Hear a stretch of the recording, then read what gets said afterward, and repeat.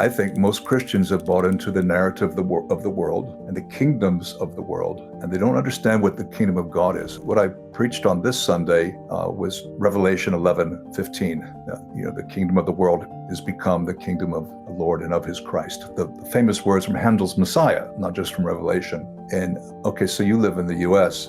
A lot of people would think it would be a massive change for me to go from being a Republican to a Democrat, or from a Democrat to a libertarian, or an independent to a political person. Or the big change wouldn't be going from Democrat to Republican, because they actually agree on most things.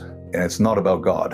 It's about self and this personal security and national security and a certain lifestyle and standard. The big change would be to go from that to a totally apolitical position, where you actually believe the only government I'm really respecting is God's government, and I will be a good citizen, as Romans and 1 Peter tell me to be, but I'm not going to get sucked into the maelstrom, the vortex. And what's happening right now is very, very disappointing to us as we look at how so many Christians have they're saying, well, if it just helps me financially, then I'll support this guy or this party. And it's not about character. Christ really has nothing to do with it. So that, I think, is very concerning. I think it's very dirty, if I can use that word.